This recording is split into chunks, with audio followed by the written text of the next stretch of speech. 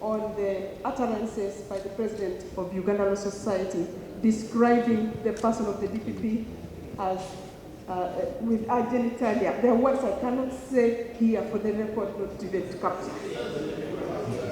He said, he described the DPP with our genitalia and referring it to our ethnicity. He added that she is a pumpkin. Right, Honorable Speaker?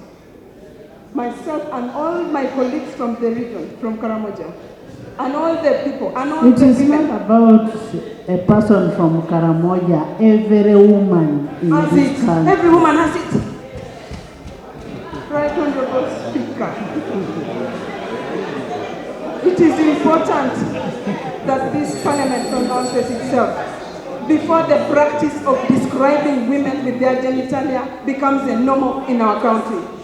It is important that this Parliament condemns it so that the Law Council take. Honourable members, listen. Right, Honorable Speaker. The members are saying they did not watch the audio. And they are saying these rumors. The President of Uganda Law Society, in describing the person of the DPP, I don't